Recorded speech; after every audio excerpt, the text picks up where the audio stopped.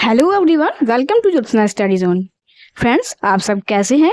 I hope कि आप सब अच्छे ही होंगे और अपनी अपनी प्रिपरेशन को अच्छे से कर रहे होंगे। फ्रेंड्स, आज पूरे 1 महीने के बाद हम सब YT के माध्यम से मिल रहे हैं। एक्चुअली कुछ ज़रूरी काम की वजह से मैं 1 महीने तक आउट ऑफ स्टेट थी, जिस वजह से मैं आप सभी के लिए क्लास ऑर्गेनाइज नहीं कर पा रही थी। बट फिर भी फ्रेंड्स, मैं आप सभी को चैनल के माध्यम से current news, quizzes and shorts की यूट्यूब और टेलीग्राम पर अपडेट दे रही थी। सो फ्रेंड्स, मैं आपको यह बता दूं कि अब से आप सबको रेगुलर बेसिस में मींस वीक में 3 टाइम्स क्लासेस मिला करेंगी। तो जैसा कि आप सब जानते हैं कि आने वाले समय में BPSC, UGC net, NVS, EMRS, KVS etcetera की वैकेंसियां आप सभी को देखने को मिलने वाली है। तो इसी को ध्यान में रखते हुए आज से हम इन सभी एग्जाम्स की प्रैक्टिस सेट को सॉल्व करने वाले हैं।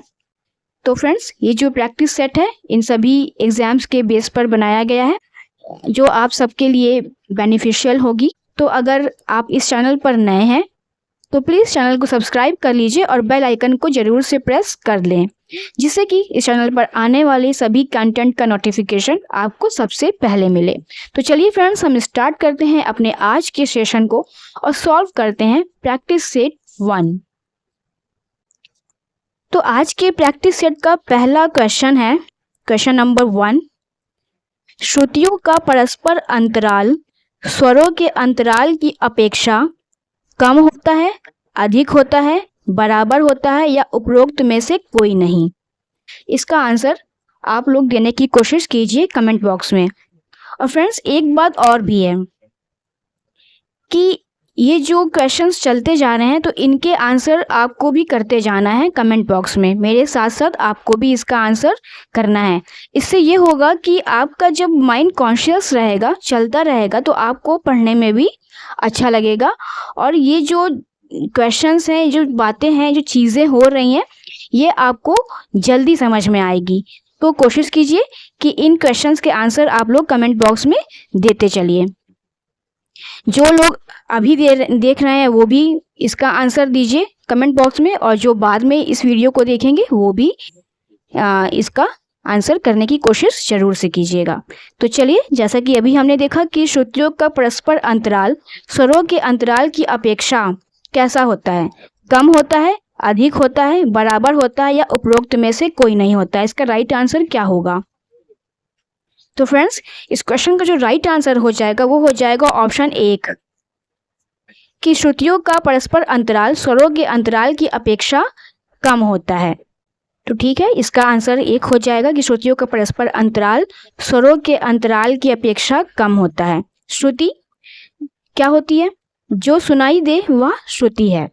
शुद्ध और विकृत स्वर मिलाने पर छोटे अंतराल 12 हो जाते हैं, उससे ही सूक्ष्म अंतराल 22 होते हैं, जिन्हें हम श्रुति कहते हैं। और श्रुतियों की संख्या कितनी होती है? श्रुतियों की संख्या 22 होती है। लेकिन यहाँ प्रश्न ये होता है कि श्रुतियों की संख्या 22 ही क्यों होती है? तो इसके मुख्य 3 कारण होते हैं। पहला कारण होता है जो ध्वनियाँ सुनने में मधुर हो, दूसरा सुनकर पहचानी जा सकने वाली, और तीसरा है रागों में उनका उपयोग हो सके।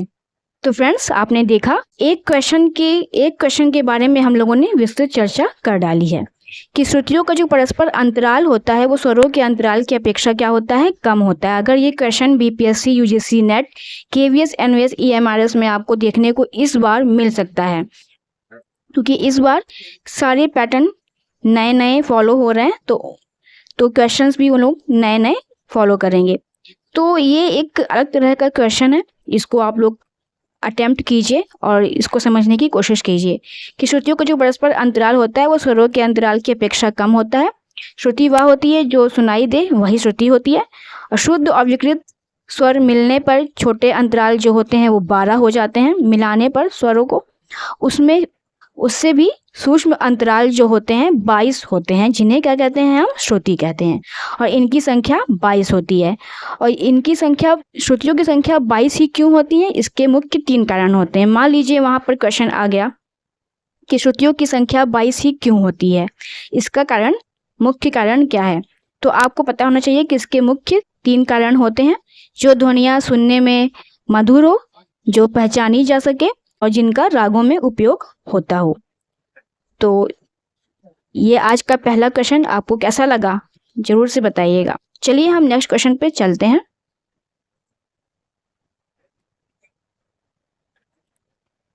नेक्स्ट क्वेश्चन है हमारा क्वेश्चन नंबर 2। प्राचीन ग्रंथकारों के अनुसार एक सप्तक में कितनी श्रुतियां होती हैं? 20, 24, 22 या 21? इस क्वेश्चन का राइट आंसर हो जाएगा ऑप्शन सी 22। प्राचीन ग्रंथकारों के अनुसार एक सप्तक में 22 श्रुतियां होती हैं। सो फ्रेंड्स, इस क्वेश्चन का राइट आंसर होगा ऑप्शन सी कि प्राचीन ग्रंथकारों के अनुसार एक सप्तक में 22 श्रुतियां होती हैं। सप्तक 3 प्रकार के होते हैं, मंद्र सप्तक, मध्य सप्तक और तार सप्तक। मंद्र सप्तक क्या होता है? मंद्र सप्तक के स्वरों को दर्शाने के लिए स्वरों के नीचे बिंदी लगाई जाती है, कुछ इस प्रकार से, उसे हम मंद्र सप्तक कहते हैं। और मध्य सप्तक में इन स्वरों को दर्शाने के लिए किसी भी चिन्ह का प्रयोग नहीं किया जाता, वो जैसा है वैसा ही रहता है, उसको शुद्ध लिख दिया जाता है। और तार सप्तक जो होता है, इसके स्वरों को दर्शाने के लिए स्वरों के ऊपर बिंदी लगाई जाती है इस प्रकार से। तो आपने समझा कि 22 प्रकार की श्रुतियां होती हैं। इस क्वेश्चन का राइट आंसर हो जाएगा ऑप्शन सी। नेक्स्ट क्वेश्चन है, प्राचीन समय में आलाप करने की विशेष विधि को निम्नलिखित में से किस नाम से जाना जाता है? प्राचीन काल में स्वस्थान, सरगम, रागमाला या फिर सादरा। प्राचीन समय में आलाप करने की जो विशेष विधि होती थी उसे किस नाम से जाना जाता था? स्वस्थान के नाम से, सरगम के नाम से, रागमाला के नाम से या सादरा के नाम से? तो इस क्वेश्चन का जो राइट आंसर हो जाएगा वो हो जाएगा ऑप्शन बी सरगम। प्राचीन समय में जो आलाप करने की विशेष विधि थी उसे सरगम के नाम से जाना जाता था। किसी राग में स्वरबद्ध और तालबद्ध रचना जो होती है वो सरगम या स्वरमालिका कहलाती है। इसमें स्थाई और अंतरा 2 भाग होते हैं। सरगम में स्वर, राग और ताल में वृद्धि होती है। तो इस प्रकार इस क्वेश्चन का जो राइट आंसर है वो ऑप्शन बी हो जाएगा सरगम। नेक्स्ट क्वेश्चन, राग में तिरोभाव का प्रयोग निम्नलिखित में से किसके लिए किया जाता है? बढ़त के समय राग के मुख्य स्वरूप को अन्य राग के स्वरों से छिपाने के लिए, प्रस्तुति में विभिन्न प्रकार की तानों के प्रयोग के लिए, रचना में मृदंग के बोलों के प्रयोग के लिए या आवाज के उतार चढ़ाव के लिए। इनमें से राइट आंसर इस क्वेश्चन का क्या हो जाएगा कि राग में तिरोभाव का प्रयोग किसके लिए किया जाता है? तो फ्रेंड्स, इस क्वेश्चन का जो राइट आंसर होगा वो हो जाएगा ऑप्शन 1। राग में तिरोभाव का प्रयोग बढ़त के समय राग के मुख्य स्वरूप को अन्य राग के स्वरों से छिपाने के लिए किया जाता है। इस क्वेश्चन का राइट आंसर हो जाएगा ऑप्शन 1। चलिए इस क्वेश्चन के बारे में थोड़ी सी और जानकारी देख लेते हैं। तो आपने जाना कि इस क्वेश्चन का जो राइट आंसर वो ऑप्शन ए हो जाएगा कि राग में तिरोभाव का प्रयोग बढ़त के समय राग के मुख्य स्वरूप को अन्य राग के स्वरों से छिपाने के लिए किया जाता है। तिरोभाव और आविर्भाव क्या होता है? तो गायन वादन करते समय कलाकार मूल राग से मिलते जुलते राग की छाया दिखाकर कुछ समय के लिए मुख्य राग को छिपा देता है। तो इस क्रिया को हम क्या कहेंगे? इस क्रिया को हम कहेंगे तिरोभाव। तथा पुनः राग में आने को हम क्या कहेंगे? आविर्भाव। ठीक है, आविर्भाव और तिरोभाव 2 प्रकार से दिखाया जाता है। एक होता है समप्रकृति राग की छाया दिखाकर और दूसरा होता है मूर्छना भेद के आधार पर। तो इस प्रकार इस क्वेश्चन का जो राइट आंसर हो जाएगा वो ऑप्शन ए हो जाएगा। इसको आप लोग ध्यान से समझ लीजिए। तो चलिए हम नेक्स्ट क्वेश्चन पे चलते हैं। नेक्स्ट क्वेश्चन है, A.R. कुरैशी के नाम से फिल्मों में संगीत देने वाले तबला वादक हैं उस्ताद अल्लाह रखा, उस्ताद अब्दुल करीम, उस्ताद अहमद जान थिरकवा या उस्ताद अमीर हुसैन। इस क्वेश्चन का राइट आंसर क्या हो जाएगा? A.R. कुरैशी के नाम से फिल्मों में संगीत देने वाले जो तबला वादक हैं वो हैं उस्ताद अल्लाह रखा खां। इस क्वेश्चन का राइट आंसर हो जाएगा ऑप्शन ए, उस्ताद अल्लाह रखा खां। तो ये देखिए, AR कुरैशी के नाम से फिल्मों में संगीत देने वाले तबला वादक उस्ताद अल्लाह रखा खां जी हैं। उस्ताद अल्लाह रखा खां जी का जन्म सन 1915 में हुआ है। खां साहब को 1999 ईस्वी में पद्मश्री प्राप्त हुआ था। ये पंजाब अंग की ठुमरी में प्रवीण थे। इनके पिता का नाम हासिम अली था। इन्होंने तबले की शिक्षा पंजाब घराने के उस्ताद कादिर बख्श जी से प्राप्त की थी। इनके शिष्यों में जाकिर हुसैन, जो कि इनके पुत्र हैं, और योगेश शमसी का नाम विशेष रूप से लिया जाता है। तो इस प्रकार इस क्वेश्चन का राइट आंसर ऑप्शन ए हो जाएगा कि AR कुरैशी के नाम से संगीत देने वाले तबला वादक जो हैं वो उस्ताद अल्लाह रखा खां जी हैं। नेक्स्ट क्वेश्चन है, तबला के बनारस घराने के संस्थापक कौन हैं? शारदा सहाय जी, किशन महाराज जी, राम सहाय जी या जानकी प्रसाद जी? तबला के बनारस घराने के जो संस्थापक हैं वो राम सहाय जी हैं। इस क्वेश्चन का राइट आंसर हो जाएगा ऑप्शन सी, राम सहाय जी। तो चलिए इसके बारे में हम थोड़ा डिटेल में समझ लेते हैं। तो तबले की बनारस घराने के जो संस्थापक हैं वो राम सहाय जी हैं। राम सहाय जी का जन्म 1780 ईस्वी में हुआ था और इनका निधन 1826 ईस्वी में हो गया था। बनारस घराने के संस्थापकों में से ये एक हैं। आज का जो बनारस बाज है वो लगभग 200 वर्ष पूर्व इन्होंने ही विकसित किया था। तो इनके जो संगीत गुरु हैं वो दिल्ली के सिद्धार्थ खां जी के शिष्य मोदू खां जी हैं। तो इस प्रकार इस क्वेश्चन का राइट आंसर ऑप्शन सी हो जाएगा, राम सहाय। नेक्स्ट क्वेश्चन, क्वेश्चन नंबर 7, घन राग पंचरत्न कृतियों को कंपोज करने वाले कौन हैं? स्वाति तिरुनल, श्यामा शास्त्री, त्यागराज या मुथुस्वामी दीक्षितर? घन राग पंचरत्न कृतियों को कंपोज करने वाले जो हैं वो हैं त्यागराज जी। इस क्वेश्चन का राइट आंसर हो जाएगा ऑप्शन सी, त्यागराज। त्यागराज जी का जन्म 5 मई 1767 में आंध्र प्रदेश में हुआ था। त्यागराज जी ने असंख्य रचनाओं में से 500 पदावली युक्त त्यागराज हृदय, दिव्य नाम संकीर्तन उत्सव, संप्रदाय संकीर्तन, प्रहलाद भक्त विजय, नौका चरित्रम जो कि एक नाटक है आदि उल्लेखनीय है इनके। इन रचनाओं में उन्होंने प्रायः 200 रागों का प्रयोग किया हुआ है। तो इस प्रकार अगर हम देखें तो इस क्वेश्चन का राइट आंसर ऑप्शन सी हो जाएगा कि घनराग पंचरत्न कृतियों को कंपोज करने वाले त्यागराज जी हैं। तो इनकी जो असंख्य रचनाएं हैं वो 500 पदावली युक्त हैं, जिसमें त्यागराज हृदय, दिव्य नाम संकीर्तन उत्सव, संप्रदाय संकीर्तन, प्रहलाद भक्त विजय, नौका चरित्रम आदि उल्लेखनीय है। ठीक है, तो चलिए हम चलते हैं नेक्स्ट क्वेश्चन पे। नेक्स्ट क्वेश्चन है, मेच कल्याणी एक उत्तरांग राग है, जन्य राग है, घन राग है या वक्र राग है? मेच कल्याणी जो है वो एक उत्तरांग राग है। इस क्वेश्चन का राइट आंसर ऑप्शन ए हो जाएगा, उत्तरांग राग है मेच कल्याणी। मेच कल्याणी जो है इसको उत्तर भारतीय संगीत में किस नाम से जानते हैं? उत्तर भारतीय संगीत में ये कल्याण ठाट के नाम से जाना जाता है और इसी को जो है दक्षिण में मेच कल्याणी के नाम से जाना जाता है। तो इस प्रकार इस क्वेश्चन का राइट आंसर ऑप्शन ए हो जाएगा, उत्तरांग राग। ये देखिए मेच कल्याणी एक उत्तरांग राग है। नेक्स्ट क्वेश्चन है, 72 मेलकर्ता योजना में खरहर प्रिया की संख्या कितनी होती है? 25, 22, 20 या 15? 72 मेलकर्ता योजना में खरहर प्रिया की जो संख्या होती है वो होती है 22। इस क्वेश्चन का राइट आंसर हो जाएगा ऑप्शन 2, 22। 72 मेलकर्ता योजना में खरहर प्रिया की संख्या 22 मानी गई है। खरहर प्रिया को हिंदुस्तानी संगीत में काफी ठाट भी कहते हैं।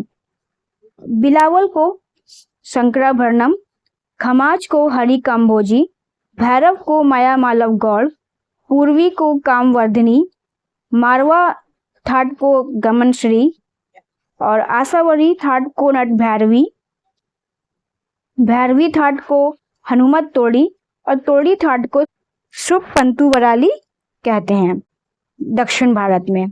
तो इस प्रकार इस क्वेश्चन का राइट आंसर ऑप्शन बी हो जाएगा 22 कि 72 मिलकर्ता योजना में खरहर प्रिया को जो संख्या होती है खरहर प्रिया की वो 22 होती है। और खरहर प्रिया को हिंदुस्तानी संगीत में काफी ठाट कहते हैं। हिंदुस्तानी संगीत के बिलावल ठाट को दक्षिण भारत में शंकराभरणम, खमाज को हरिकम्बोजी, भैरव को मायामालव गौड़, पूर्वी को कामवर्धिनी, मारवा को गमनाश्री, आसावरी को नट भैरवी, भैरवी को हनुमत तोड़ी और तोड़ी को शुभ पंतु वराली कहते हैं। आई होप कि आपको ये क्वेश्चन अच्छे से समझ में आ गया हो। चलिए हम नेक्स्ट क्वेश्चन पे चलते हैं। नेक्स्ट क्वेश्चन है, आधुनिक शुद्ध थाट में यदि सा की आंदोलन संख्या 240 है तो शुद्ध मध्यम की आंदोलन संख्या क्या होगी? 270, 288, 320 या 260? इस क्वेश्चन का राइट आंसर क्या हो जाएगा? इस क्वेश्चन का राइट आंसर है ऑप्शन सी 320 कि आधुनिक शुद्ध थाट में यदि सा की आंदोलन संख्या 240 है तो शुद्ध मध्यम की आंदोलन संख्या 320 होगी। तो इस प्रकार इस क्वेश्चन का राइट आंसर ऑप्शन सी होगा 320। आधुनिक शुद्ध थाट में सा की आंदोलन संख्या जो होती है वो 240 होगी, रे यानी ऋषभ की 270 होगी, गंधार यानी गा की 300, मध्यम यानी माँ की 320, पंचम पा की 360, धैवत ध की 400 या 405, निषाद यानी नी की 450 और तारसा की 480 होगी। तो इस प्रकार इस क्वेश्चन का राइट आंसर ऑप्शन सी हो जाएगा 320 कि आधुनिक शुद्ध थाट में सा की आंदोलन संख्या यदि 240 है तो शुद्ध मध्यम की आंदोलन संख्या 320 हो जाएगी। इस तरह से आपको सभी स्वरों की आंदोलन संख्या पता चल गई है। इसके आधार पे आप क्वेश्चन को आसानी से अटेम्प्ट कर सकते हैं। चलिए हम नेक्स्ट क्वेश्चन पे चलते हैं। नेक्स्ट क्वेश्चन नंबर 11, लक्षण गीत में निम्नलिखित में से किसका वर्णन किया जाता है? राग के लक्षणों का, ध्वनि के गुणधर्म का, संगीत शास्त्र का या तानों के प्रकार का? तो लक्षण गीत में निम्नलिखित में से राग के लक्षणों का वर्णन किया जाता है। इस क्वेश्चन का राइट आंसर ऑप्शन ए हो जाएगा, राग के लक्षणों का वर्णन किया जाता है। तो राइट आंसर ऑप्शन ए हो जाएगा, लक्षण गीत में राग के लक्षणों का प्रयोग किया जाता है। लक्षण गीत वह होता है जिस गीत में रागों के लक्षण अर्थात उस राग का थाट, वादी, संवादी, गाने का समय, जाति आदि का वर्णन हो। स्थायी अंतरायुक्त लक्षण गीत ख्याल अंग और ध्रुपद अंग के तालों में निबद्ध होते हैं। अनेक लक्षण गीत पंडित भादखंडे जी ने रचे हुए हैं। तो इस प्रकार इस क्वेश्चन का राइट आंसर हो जाएगा ऑप्शन ए, राग के लक्षणों का। नेक्स्ट क्वेश्चन है, लोकप्रिय मृदंगम वादक हैं अंबादास पंत आगले, उमयालपुरम शिवरामन, त्यागराज या चित्ती बाबू? लोकप्रिय मृदंगम वादक जो हैं इनमें से वो हैं अंबादास पंत आगले। ये एक बहुत ही प्रसिद्ध मृदंगम वादक हैं। इस क्वेश्चन का राइट आंसर ऑप्शन 1 या ऑप्शन ए हो जाएगा। राइट आंसर हो जाएगा लोकप्रिय मृदंगम वादक Ambadas Pant Aagle. Next question number 13, Paluskar ताल लिपि पद्धति में खाली का चिन्ह है गुणे का निशान, शून्य का निशान, प्लस का निशान या एस का निशान?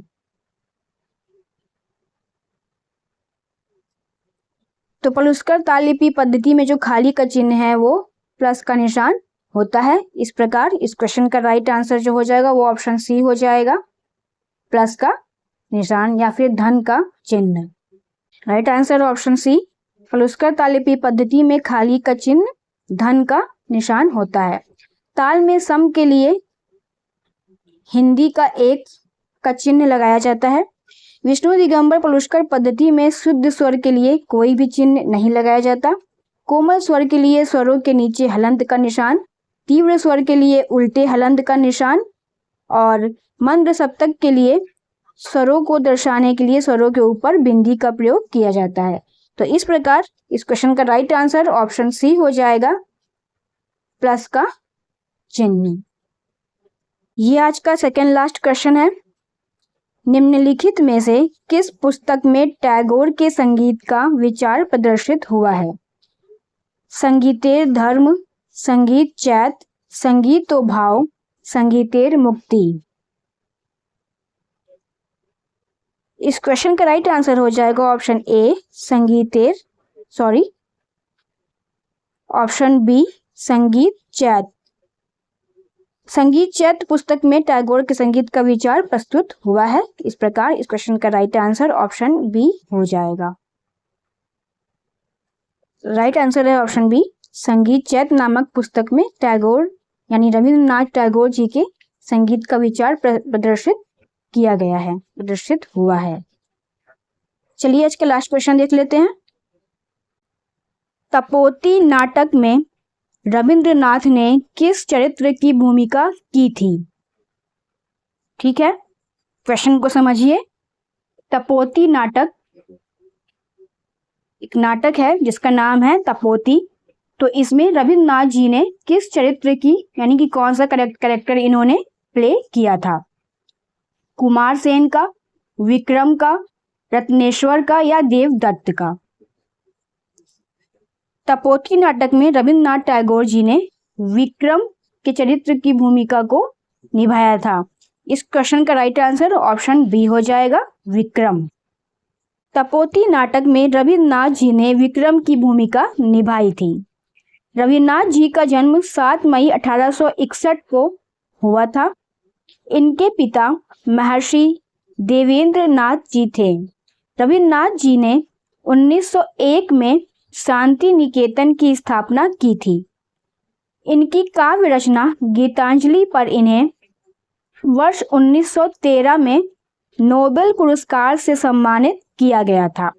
रविंद्रनाथ टैगोर जी पर मुख्य रूप से उत्तर भारत में प्रचलित तत्कालीन ध्रुपद धमार, ख्याल, टप्पा, ठुमरी, भजन तथा पाश्चात्य ओरल गीत, बांग्ला लोक धुनें एवं मन को आकर्षित करने वाली सरल तालों की विविध शैलियों का प्रभाव पड़ा था। तो इस प्रकार अगर हम देखें तो इस क्वेश्चन का जो राइट आंसर बन रहा है वो ऑप्शन बी बन रहा है, विक्रम। तो फ्रेंड्स ये थे आज के 15 क्वेश्चन विद एक्सप्लेनेशन। तो फ्रेंड्स आपको ये वीडियो आज कैसी लगी कमेंट में जरूर बताइएगा। आपको आज का प्रैक्टिस सेट कैसा लगा ये हमें जरूर से बताने की कोशिश कीजिएगा। आज का जो प्रैक्टिस सेट था वो उत्तर भारतीय संगीत के विद्यार्थियों के लिए और दक्षिण भारतीय संगीत के विद्यार्थियों के लिए, दोनों के लिए ही महत्वपूर्ण है। वो दोनों ही इस प्रश्नों की सीरीज को देख सकते हैं, इस प्रैक्टिस सेट को देख सकते हैं। दोनों ही पद्धति के जो एग्जाम्स होते हैं उसमें ये क्वेश्चंस बहुत ही इम्पोर्टेंट हैं। और ये जो प्रैक्टिस सेट बनाया गया है ये सारे एग्जाम्स को ध्यान में रखकर उसके बेस को देखते हुए ही इस प्रैक्टिस सेट को तैयार किया गया है, जिससे कि आप सभी को इन सभी में से कोई भी एग्जाम हो आपको कोई भी परेशानी उठानी नहीं होगी। तो हमें जरूर से बताइएगा कि आपको आज का सेशन, आज का प्रैक्टिस सेट कैसा लगा। तो फ्रेंड्स चलिए हम मिलते हैं नेक्स्ट वीडियो में कुछ और क्वेश्चंस के साथ जो कि आप लोगों के लिए उपयोगी होंगे। तो तब तक के लिए आप अपनी प्रैक्टिस को कंटिन्यू करते रहिए। Thank you.